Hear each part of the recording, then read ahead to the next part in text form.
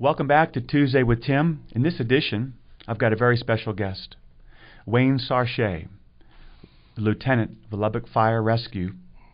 I met Wayne on a very tough day for me, which I know Wayne will explain.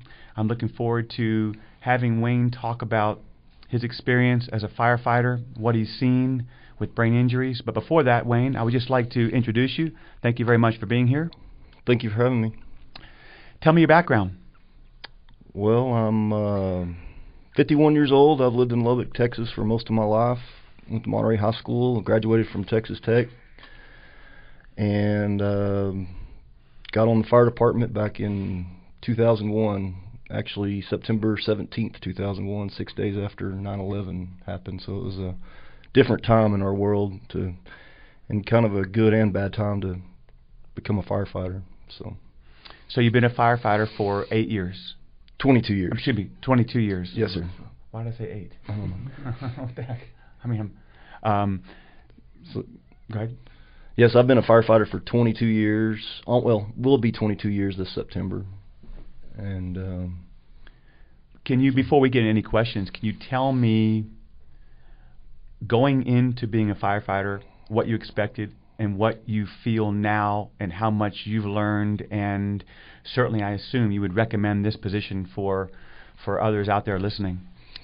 Well, I always kind of, as a kid, even was fascinated with it, but when I went to get on, I didn't know that I would have to become a emergency medical technician at the basic level, an EMTB, and so I did it at first because that's what I had to do to be a firefighter. I wanted to fight fire, and it's kind of, we often talk about the fire station that it's, we love to go fight fire, but that's somebody's worst day, but when I got into, we were the first group in Lubbock with the Lubbock Fire Department back then that had to become EMT basics before we even got hired.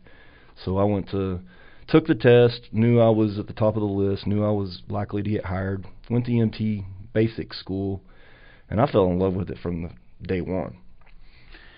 The perception when you see a fire truck, you think, well, they're going to, as you said, fight a fire. The percentage of times that you're actually fighting a fire would be what? It's way less than 10%. And probably way less than 10% are fire-related calls, including commercial and residential activations of alarms, like fire alarms malfunctioning or something like that, but even less than that of an actual fire. Let me take you to a day that I wish had never happened. July 28th, 2015, I got a phone call that my son Luke was in a golf cart accident. When I got to the scene, I remember getting out of my car and running towards the ambulance that was taking off, and there was an individual that told me, get to the hospital, and that individual was you. Take me back to those moments. Well, that was a bad day for us, too. It was a good day in that my crew, I'm really proud of them, because they did an amazing job that day, I feel like. And had one of the best paramedics on Lubbock Fire Rescue, a gentleman named Cody Nelson, he was in charge of the medical portion of that crew. But we were out. We weren't at the station when we got the call. We were inspecting a business, doing a business inspection, which is one of our normal jobs that we do throughout the year. And we get a call for a fall. And so we make our way out of the business, and we realize that it's not in our normal territory. It's in our second in territory. And we get en route, and we hear the fire engine that's in that territory call on scene at I believe it was a retirement home that was less than a mile away from where Luke's accident was. And so we just get that it's a fall, that but it's a kid, so you're a little bit higher elevated on that. Not that any other call's any less significant, but you get a little pucker factor when you start hearing a kid. Well, in the back, Cody just randomly we got our headsets on and we're talking, and we haven't gotten any other information. And Cody randomly says, "Yeah, this is about 2 blocks from where we landed a helicopter for a cardiac arrest about, I don't remember how, 5-6 years ago." So, okay. And then all of a sudden we start from our dispatch center, and we start getting directions of how to get into this area, because there's a lot of cul-de-sacs off of the major thoroughfare there, which is Quaker Avenue. And the accident was at 106th and Salem, and we get told to turn in off 103rd and Quaker. And then we go down the block, 2 long blocks, and we see a gentleman waving us down on 103rd Street, pointing us the way. And he was part of, I believe, the construction crew that saw the accident and called it in immediately. So. Well, I can tell you this, Wayne, that I'm so appreciative of everything that you and your crew did. Not only what you did that day, but coming to visit Luke in the hospital, and then being a part of Luke's life in the next, 6-7 years. And so I'm so appreciative of all that you've done. I've got a few questions for you concerning what you do in the field when it comes to brain injuries. My first one is, what are some common causes of pediatric brain injuries that you encounter in your role as an EMT? Trauma is the number one, various forms. Car wrecks, falls of various kind. Car wrecks actually with car pedestrian, kids not, or cars not seeing a kid, and the kid being in the street. And I've ran several of those where pediatric car pedestrian accidents, and we took precautions for head injuries, and none that major on that level.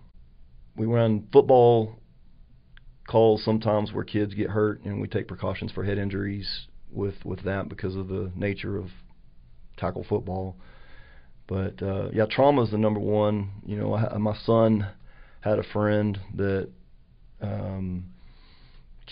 a kid that was in a motorcycle accident, and it was found out that he had the wrong size helmet on, and he crashed and he passed away immediately.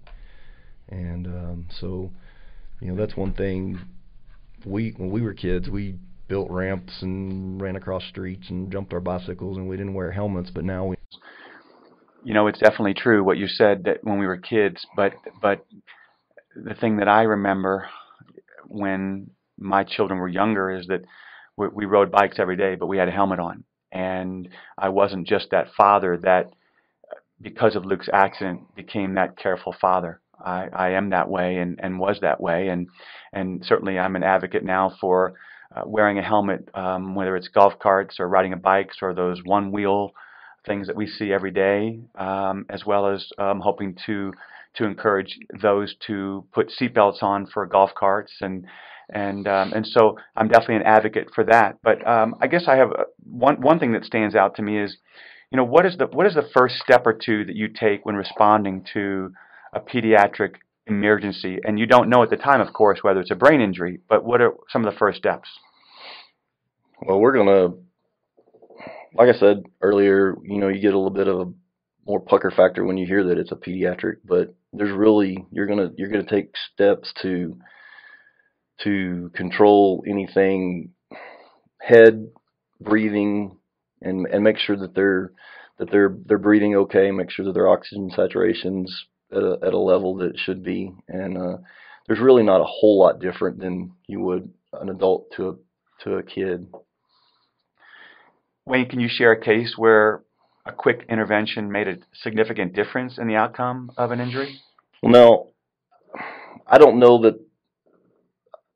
Not probably 3 months after Luke's accident, we got a call on a rainy day, and it was a pediatric drowning. Like, I believe the kid was 18 months old, and the grandfather was watching the kid. Well, the kid crawled out through a dog door, and the grandfather couldn't find him, and then finally looked in the backyard and found the kid in the swimming pool, not conscious. And we responded, and they had a privacy fence, 7-foot privacy fence, and the front door was something. We got information that we couldn't go through the front door, and I'm not really sure why that was.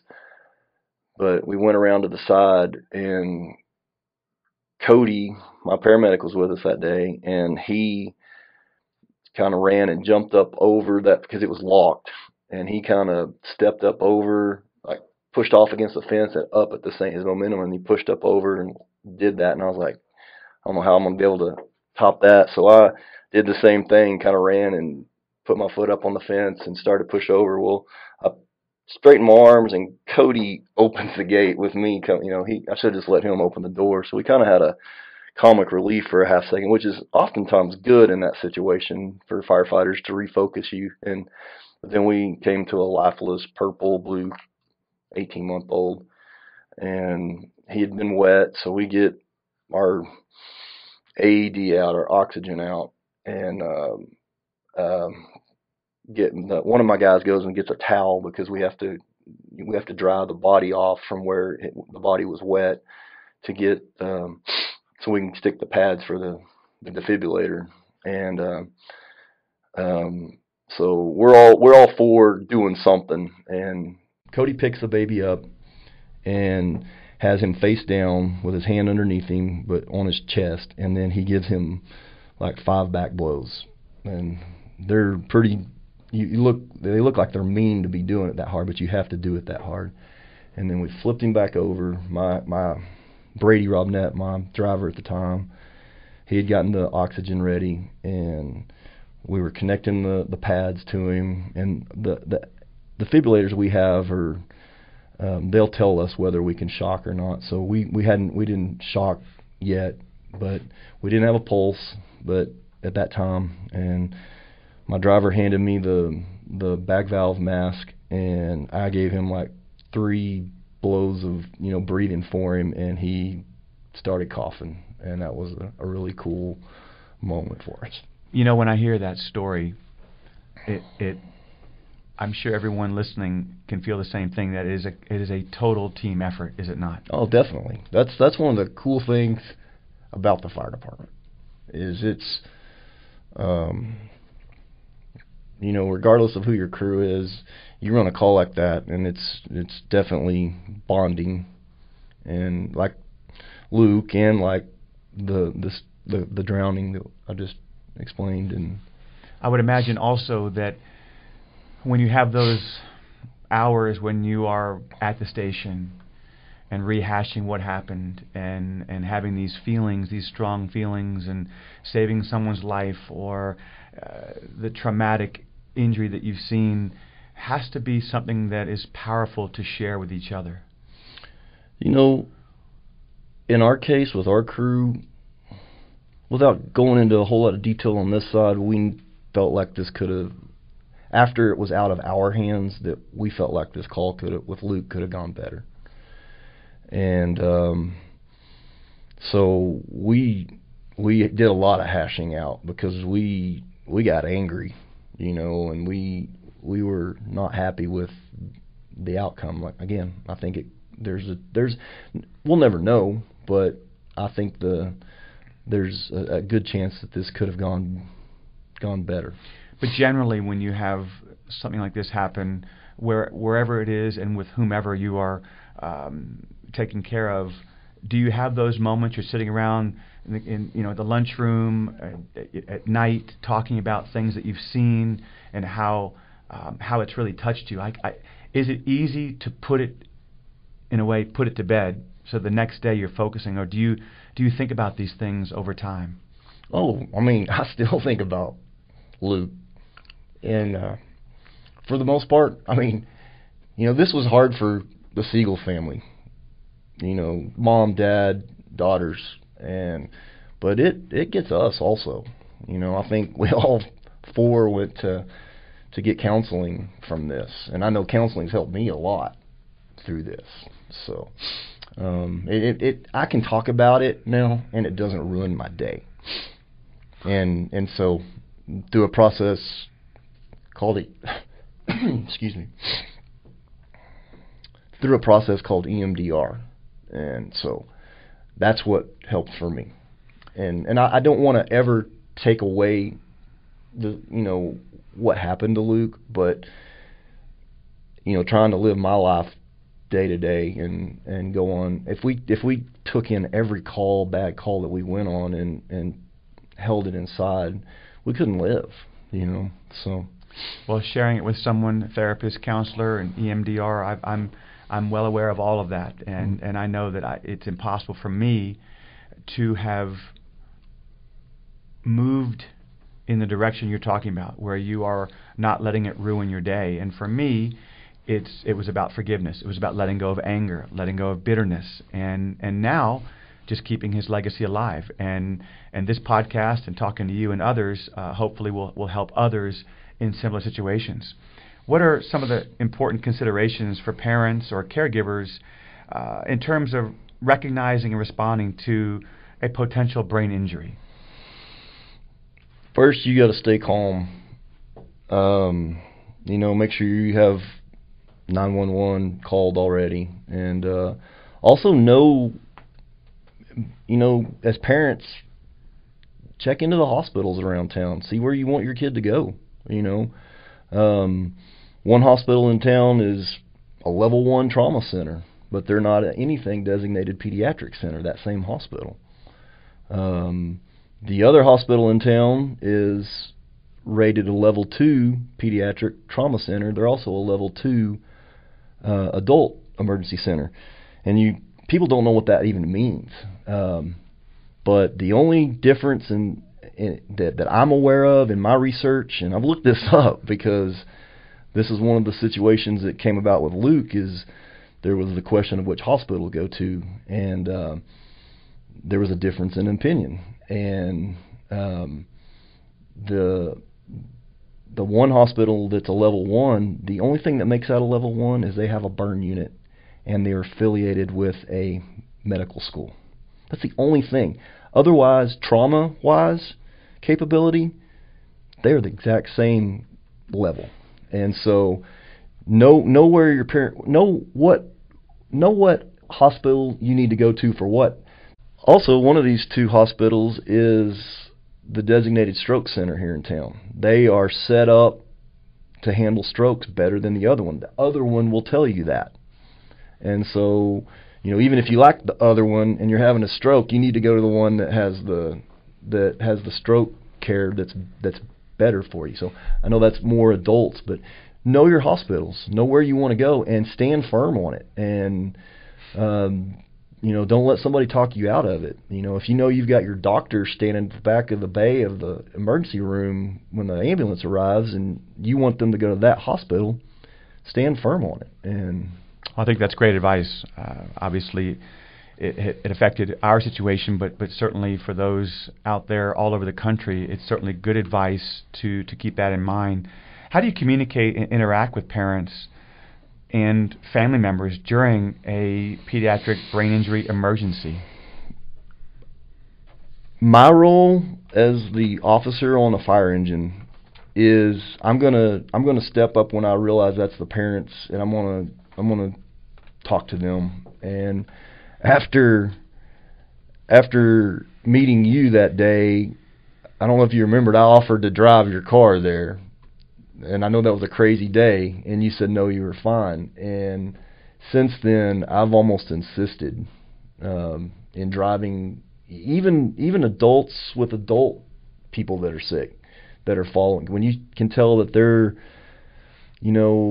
extremely upset, and because you want to get there as fast as you can, but what's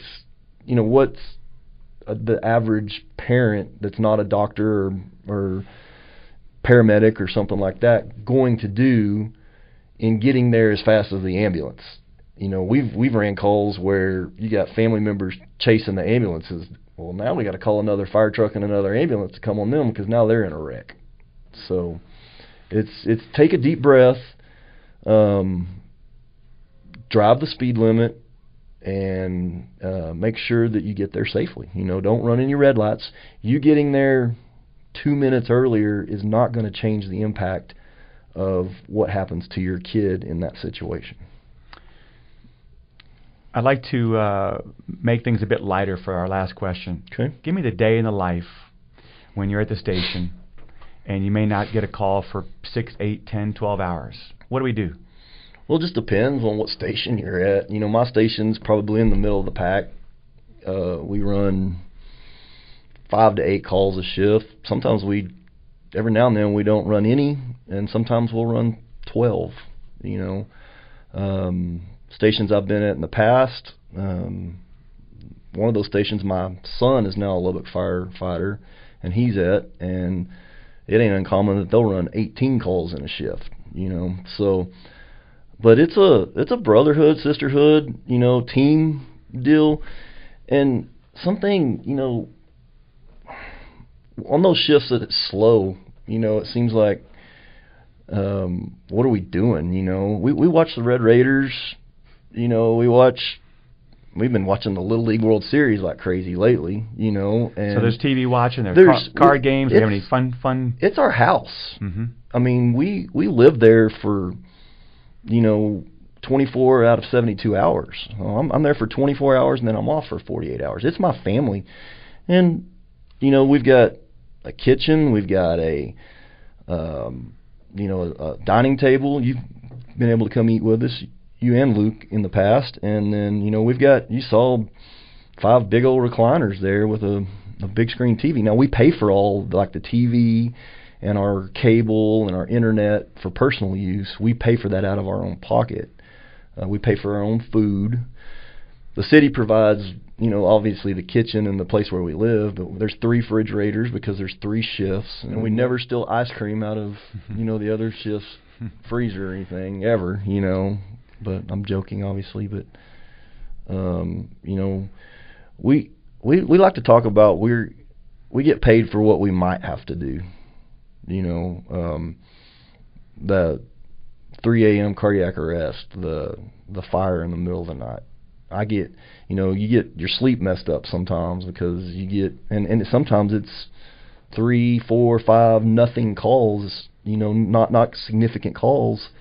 It's significant to the person calling 911, but it you know, they don't know from the 911 call whether we're needed or not, you know, so they send us to make sure. And if we end up getting up 5 times in the middle of the night and we don't really do anything, it messes with your next day, you know, and then it messes into your next evening with your family. And so, but, you know, we get paid for what we might have to do a lot of times. And so you take the good with you take the good times of, you know, getting the bonding, the watching the sports events, and, you know, sometimes we just have movie night, and sometimes it takes, you know, 4 hours to watch an hour and a half movie because you have to stop it, you know. But it's a rewarding career, but you have to take the good with the bad, you know. And so the public wonders why, when they come to a station tour, why we got recliners and beds and all that stuff there. But,